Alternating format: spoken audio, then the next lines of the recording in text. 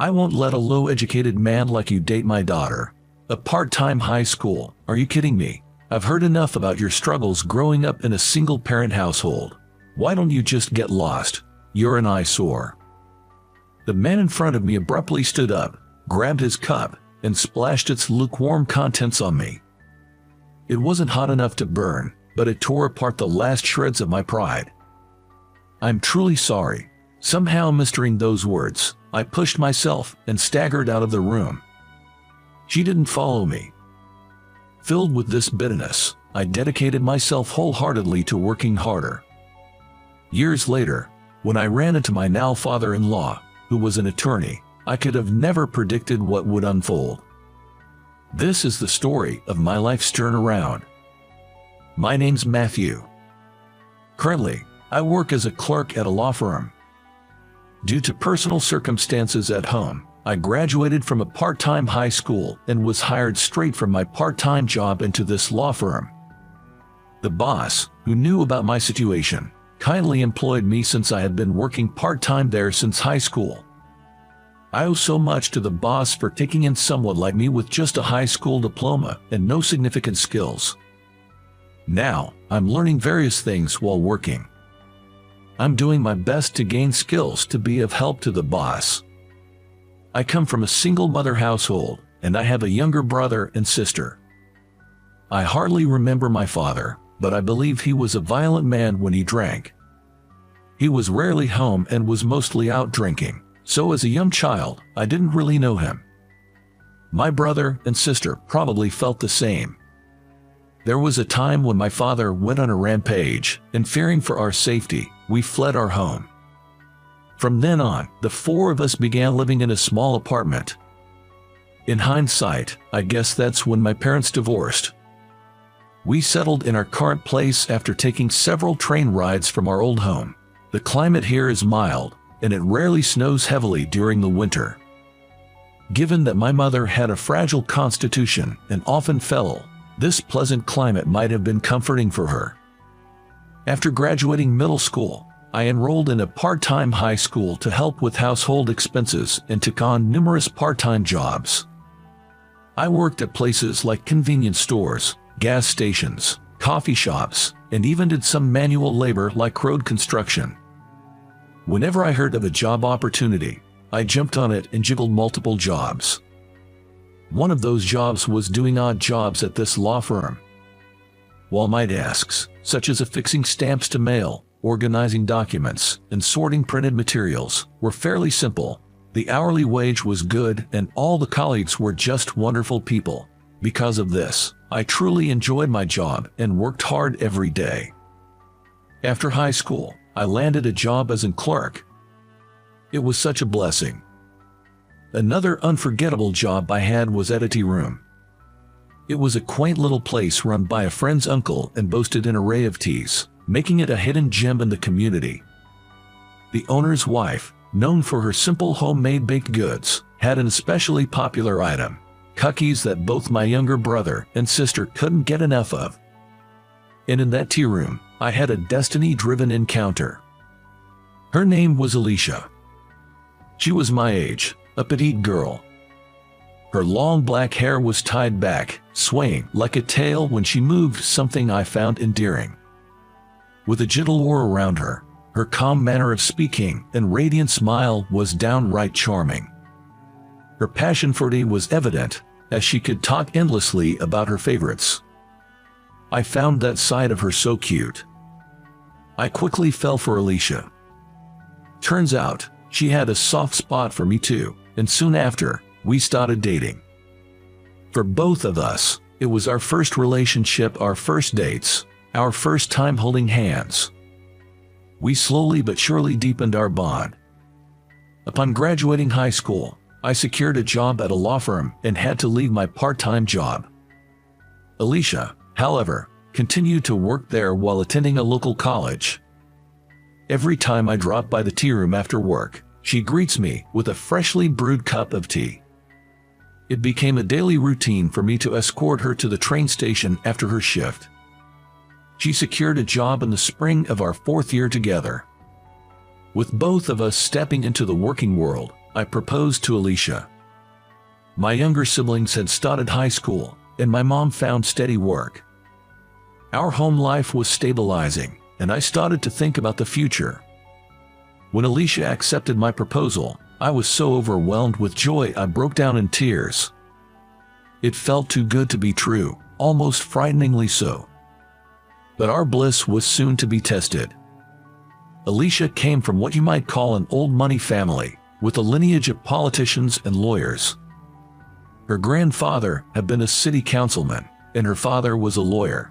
Being the only child, she was doted upon.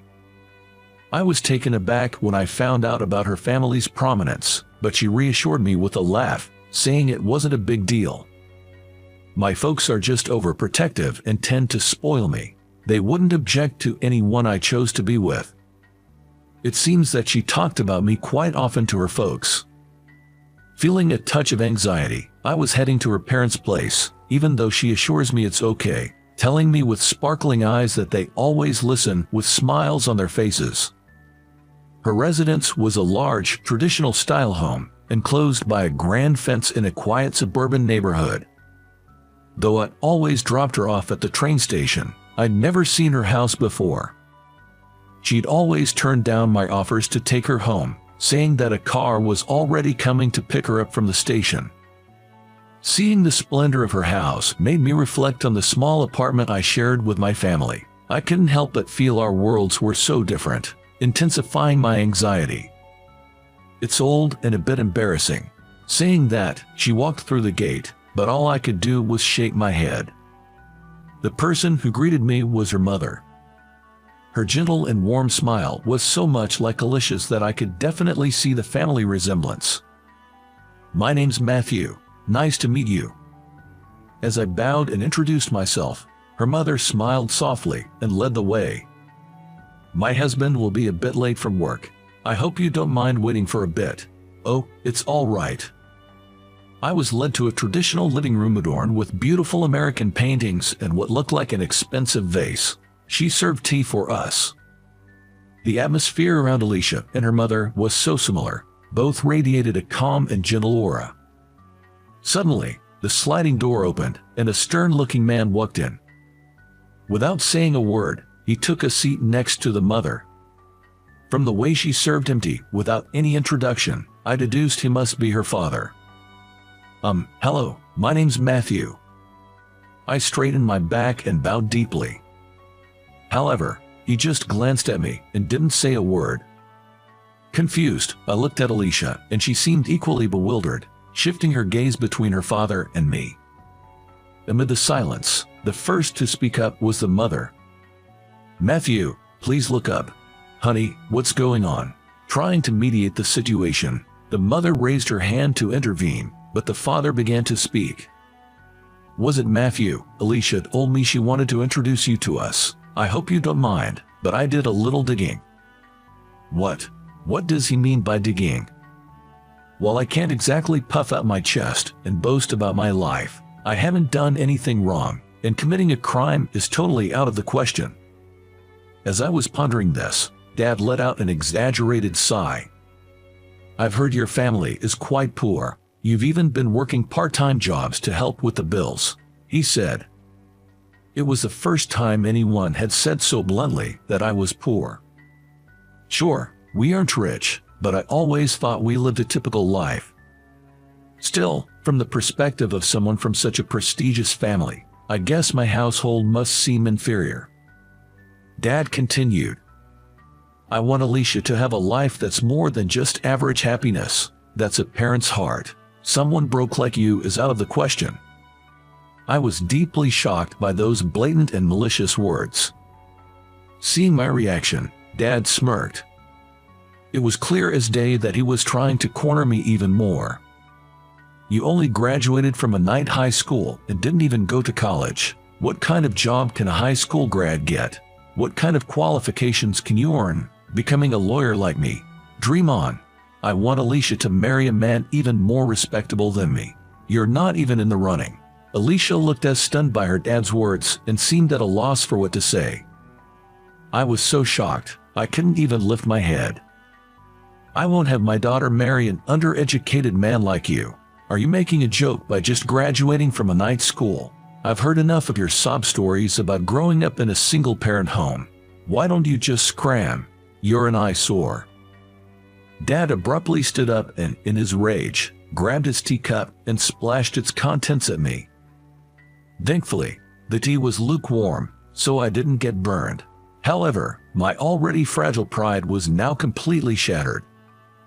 "I'm sorry."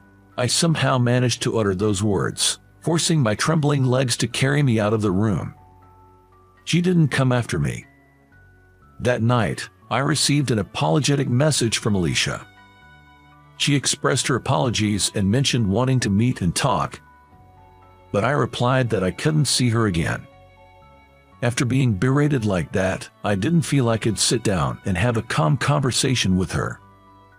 My self-esteem was in tatters, and I felt like anything said to me would just make me feel even more insignificant. I couldn't find a way to measure up to her father. Marriage seemed impossible. In the end, we chose to part ways. And then, 10 years flew by. 10 years later, we were both 32. I'm still working at the same law firm. I've gotten my national certification, and the busy days have helped me forget the past. I hadn't been in touch with Alicia since that day. I heard she got a job and moved out of her parents' home. By the third year, she had been transferred out of state. I couldn't bring myself to respond to her messages. Yet, I still can't forget her. I feel I might never be able to love someone else for the rest of my life. Trying to escape those thoughts, I've immersed myself in my work. "Matthew, if you are going to the courthouse, could you drop off these documents for me?" A senior lawyer called out to me as he was about to leave. Today, I was scheduled to accompany the director to the courthouse. At the request of a senior colleague, I readily agreed and took the car keys. The director is like a second father to me. I've been under his wing since high school, so no matter how hard I try, I can't outshine him. He's always smiling and is a great personality, but I heard from a senior colleague that in his younger days, he was known as the Demon Nash. Even though I've been working here for 10 years, I'm still at the bottom of the pecking order in the office. That's why, when the director goes out, I often accompany him, acting like a secretary. Though it's not really my job anymore. When we arrived at the local court, similar to a county court, I parted ways with the director to deliver some documents a colleague had entrusted me with. These are probably documents for the next trial. Given the rush, today might be the deadline. After submitting the documents, I was heading to the restroom when I spotted a familiar face. I thought I might be mistaken for a moment, but it's a face I couldn't forget. He, seemingly an authority figure, was walking towards me. I tried not to make eye contact and nodded while looking down. But that man, Alicia's father, stopped right in my path. Well, aren't you the overconfident guy who proposed to my daughter despite having no college degree? I had hoped he hadn't recognized me, but I was wrong. I remained silent, keeping my head down. "What are you doing here? If you're being sued, do you need my help? Someone like you, without an education, probably knows nothing about the law, right?" Alicia's father sneered, suddenly changing his expression. It was a look of pure fury, so sudden it sent chills down my spine. "You said something to Alicia, didn't you? Ever since that day, she's stopped listening to me. She was always such a good, obedient girl, but now it's as if she's under a bad influence." "I have no idea what you're talking about. I haven't been in touch with Alicia since then. Your accusations make no sense to me." "Oh really? You think you can just brush me off like that? Listen here, lowlifes like you can't even hold a conversation with sophisticated people like Alicia and me. Know your place and cower in it. Never show your face around me again. That might be a little difficult for you." Out of place, a laid-back voice echoed in the area, and the person who appeared was Director Nelson. "Oh, Mr. Nelson, why are you here?" The one who exclaimed in surprise appeared to be Alicia's father's boss. Shocked, he bent forward in a right angle to greet the director. This is a courtroom, right? Isn't it normal for attorneys like us to be here? The director, laughing, addressed the boss, while Alicia's father looked on in disbelief. Oh, come on. Haven't you also served as the president of the Bar Association? You're a giant in the legal community, aren't you? Well, it's just that I've been around long enough to be known by many. Being an attorney, it's only natural to come to a courtroom, right? More importantly, what's up with our Matthew? Director Nelson gave me a light pat on the shoulder and looked towards Alicia's father. His face was smiling, but his eyes weren't. I knew that look all too well, having worked alongside him for many years. When he made that face, it usually meant he was upset. Matthew here is my protege. He's a top-notch lawyer. What? A lawyer? But didn't you only graduate from an evening high school? Alicia's father looked at me with an incredulous expression. I simply nodded in confirmation. That was the case 10 years ago, but thanks to Director Nelson's guidance, I was able to become a lawyer. Did you know even someone with just a high school diploma can become a lawyer?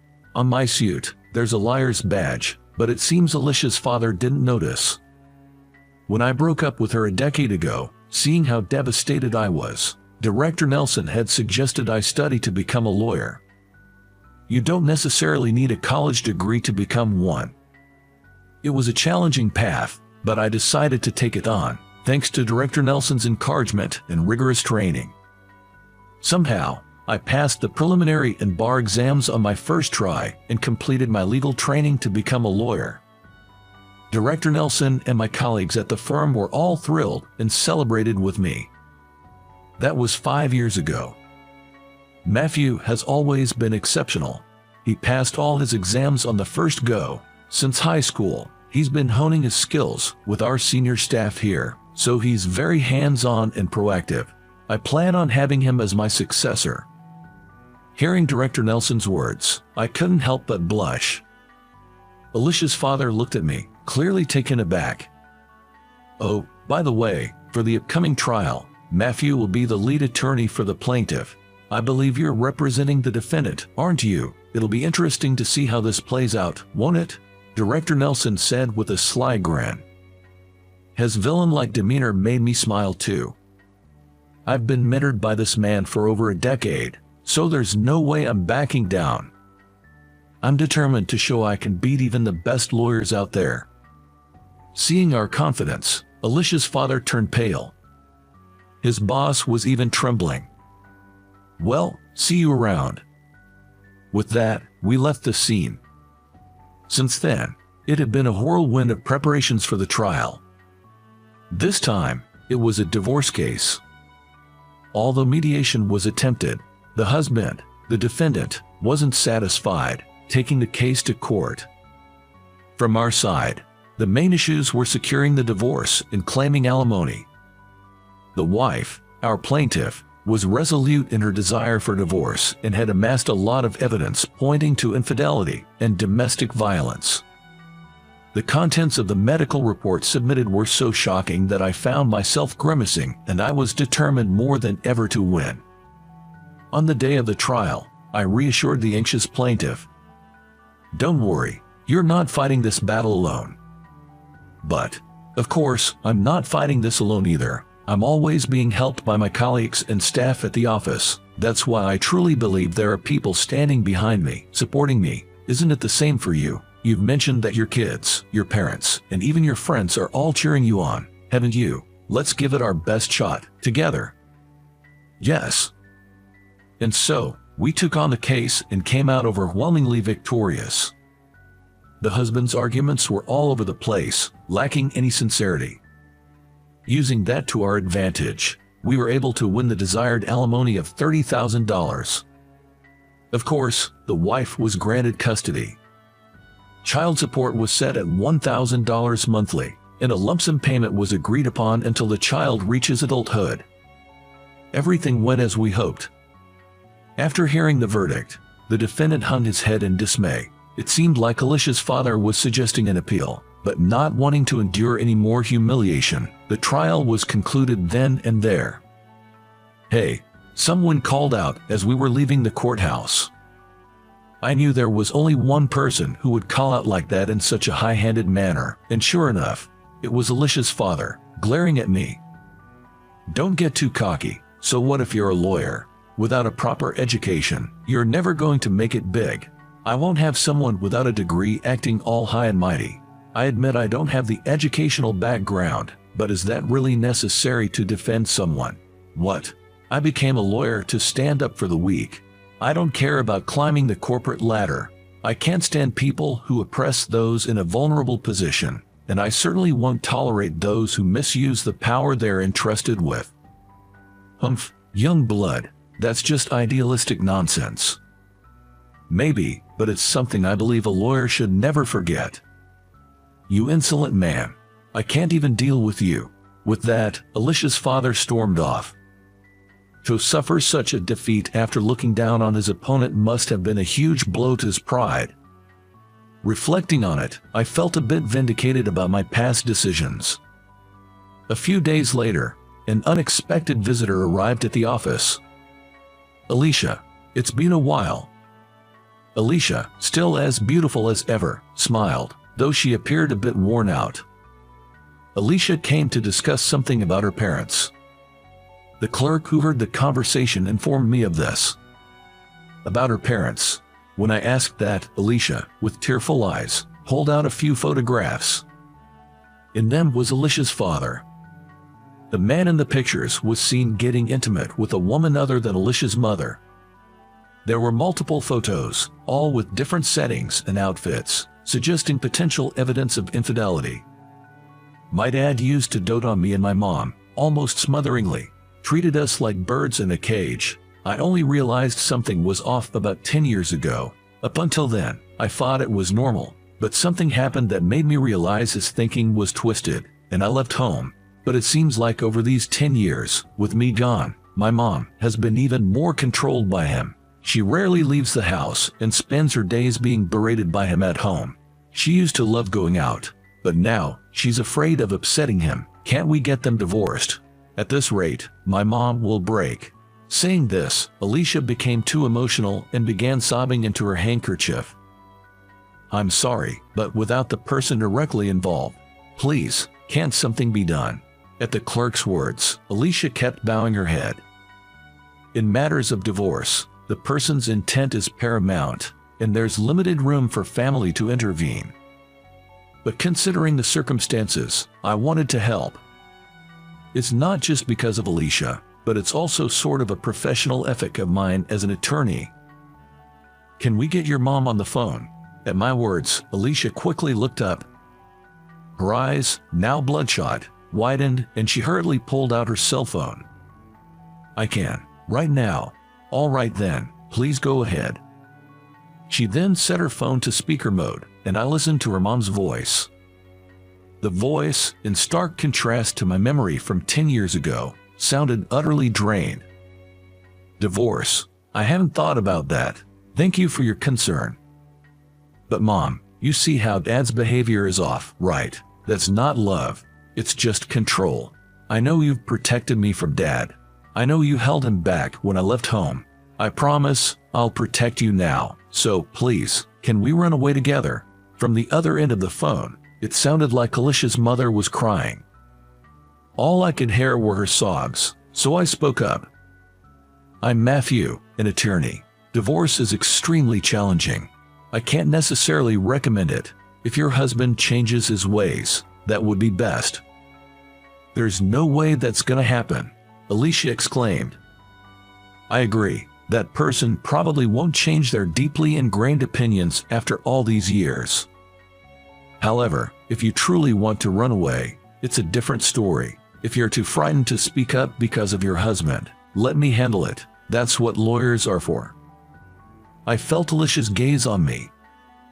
On the other end of the phone, Alicia's mom gave a small yes. Jess, thank you. With that, I was decided as her representative. Immediately, I had Alicia and her mom evacuate to a hotel out of state. Because we didn't know what kind of treatment we'd receive again. I promptly sent a certified letter to Alicia's dad, proposing divorce negotiations. Of course, it included the evidence of infidelity that Alicia had brought. Probably right after he got it, Alicia's father called, furious. What's the meaning of this? Is this some kind of revenge? What have you done? Where are they? This isn't revenge. I've been officially asked by her wife. Those photos were prepared by her daughter. They both don't want to see you anymore, so I made the proposal as a representative. This is a marital issue. We'll settle it between us. You know that's not possible, right? You're a lawyer after all. Then, it's court. We'll settle this in court. That's fine with you. What? You're a respected lawyer. What will happen if your affair and domestic abuse become public? Your reputation will hit rock bottom, right? We have the evidence. Despite this, you still don't want to discuss a divorce settlement. You'd think a lawyer would consider that, but Alicia's father seemed really heated. I'll ask again. Do you want to go to court? To my slow question, a small understood came from the other end of the phone. After that, our demands were almost unconditionally met, and Alicia's parents were able to divorce. Though it wasn't made public, there's no smoke without fire, as they say. Alicia's father's affair was exposed in a weekly magazine, and his divorce became public, leading him to lose his influence bit by bit. He was fired from the firm he belonged to and apparently tried to start his own, but it seems it's not going so well. Well, in a profession where trust is everything, you can only say he brought it on himself. Then, I started dating Alicia again. She sincerely apologized for something that happened 10 years ago.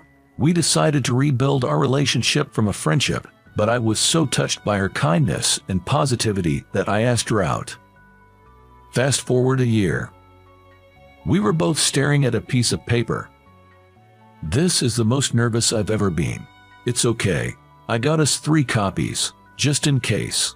As I shook from nerves, Alicia pulled out another copy of the same paper that was on the desk. It was a marriage registration form. After all the twists and turns, we decided to get married. I couldn't forget about Alicia for those 10 years, and apparently, she felt the same about me. We're both getting on in years, so we decided to make it official sooner rather than later.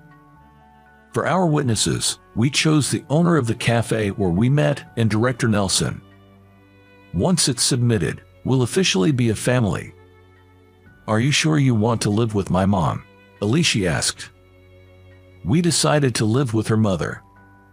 She's slowly been regaining her health since then, but we felt we couldn't leave her alone given her occasional bouts of instability. She's your beloved mom, right? She's just as important to me. Thanks. Don't worry about my family. I've got siblings, and my mom says she's enjoying her life on her own. My mother, who used to be frail, is now in high spirits, going on solo trips and joining local choirs. My brother and sister each have their own families and are living happily. Suddenly, I looked up at the sky. It was a clear day with not a cloud in sight. Being able to submit our marriage registration on such a day, I feel truly blessed. I'm so happy. I couldn't help but voice my feelings. I used to struggle just to get by and couldn't really feel happiness, but now I have the person I love right by my side. Everyone around me lives with smiles on their faces, making those tough days seem like a lie. Back then, when Alicia's father scolded me harshly and threw his tea at me, I felt so humiliated and sad, but in a way, I think that experience led me to the life I have now. If I hadn't been so put down then, I might never have aimed to become a lawyer. I might not have put in the effort to get to where I am now. Maybe, in a way, I could even think of him as a benefactor. But still, I can never forgive what he did. You can't always say hard work pays off, but I can definitely say I'm glad I worked hard back then. It might be hindsight, but I'm happy now. Beside me, my girlfriend laughs. I smile back at her and tightly squeeze her hand.